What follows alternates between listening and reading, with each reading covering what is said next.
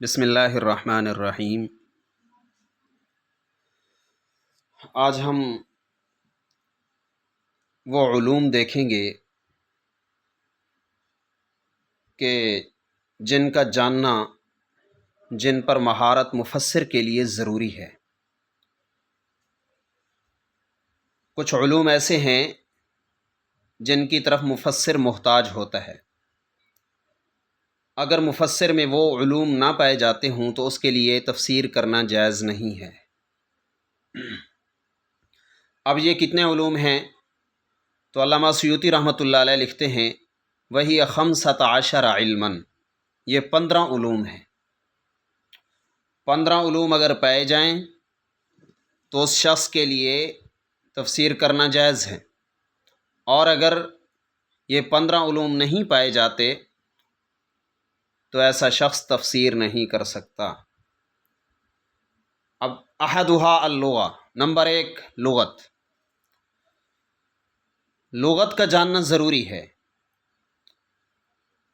عربی الفاظ کے جو مفردات ہوتے ہیں ان کی تشریحات کو جانتا ہو، ان کے مدلولات اور معانی وغیرہ کو جانتا ہو۔ اگر انہیں نہیں جانتا تو اسے تفسیر کرنے کا کوئی حق نہیں ہے۔ نمبر 1 لغت ہے، اور اس کے بعد ہے الثانی نمبر 2 النحو، نحو، کیونکہ اعراب کے بدلنے سے معنی وغیرہ بھی تبدیل ہو جاتا ہے، اس لیے نحو کا جاننا قرآن کریم کی تفسیر کے لیے ضروری ہے۔ نمبر 3 ہے الثالث التصریف، علم صرف، صیغے وغیرہ جاننا یہ بھی ضروری ہے۔ بنا جاننا، اس کے بغیر مفسر درستگی تک نہیں پہنچ سکتا۔ مفسر بنے گا ہی تب جب یہ 15 علوم اسے معلوم ہوں۔ نمبر 4 ہے الاشتقاق، اشتقاق کا جاننا بھی ضروری ہے۔ نمبر 5، 6 اور 7 یہ بلاغت کے 3 علوم ہیں، علم معنی، علم البیان، علم البدیع۔ ان کے ذریعے سے کلام کی خصوصیات، کلام کی خوبصورتی وغیرہ کو جانا جاتا ہے۔ یہ علوم جاننا بھی مفسر کے لیے ضروری ہے۔ اور نمبر 8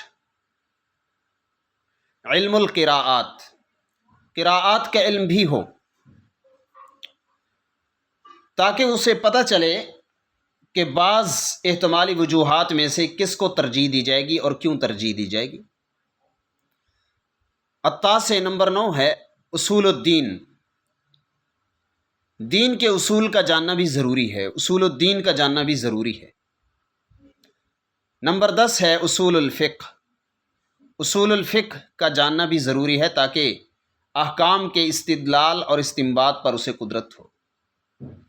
نمبر 11 ہے اسباب نزول، شان نزول، قصص، یہ چیزیں جب تک اسے معلوم نہیں ہوں گی تفسیر نہیں کر سکتا۔ نمبر 12 ہے ناسخ اور منسوخ کا پہچاننا، ناسخ اور منسوخ کا علم۔ نمبر 13 الفقہ، علم الفقہ کا جاننا ضروری ہے۔ اور نمبر 15 الاحادیث المبینۃ لتفسیر المجمل والمبہم، وہ احادیث نبویہ جو قرآن کریم کی غیر واضح آیات کی تفسیر کو واضح کرتی ہوں، بیان کرتی ہوں، ان کی تفسیر اور تشریح کرتی ہوں، ان کا جاننا بھی ضروری ہے۔ الخامس عشر 15 ہے علم الموہبہ،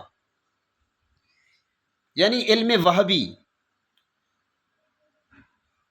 جس کے بارے میں حدیث کے اندر اس کی طرف اشارہ کرتے ہوئے فرمایا گیا کہ جو شخص اپنے علم پہ عمل کرتا ہے تو اللہ اس کو اس چیز کا علم بھی عطا فرما دیتا ہے، اس چیز کے علم کا بھی اس کو وارث بنا دیتا ہے جس کا اسے علم ہوتا ہی نہیں۔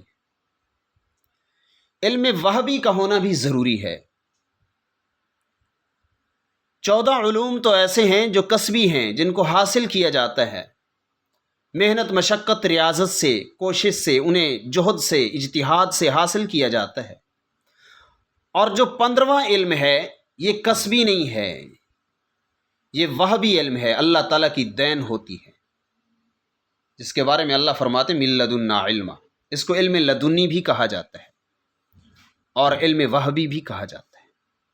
السلام علیکم ورحمۃ اللہ۔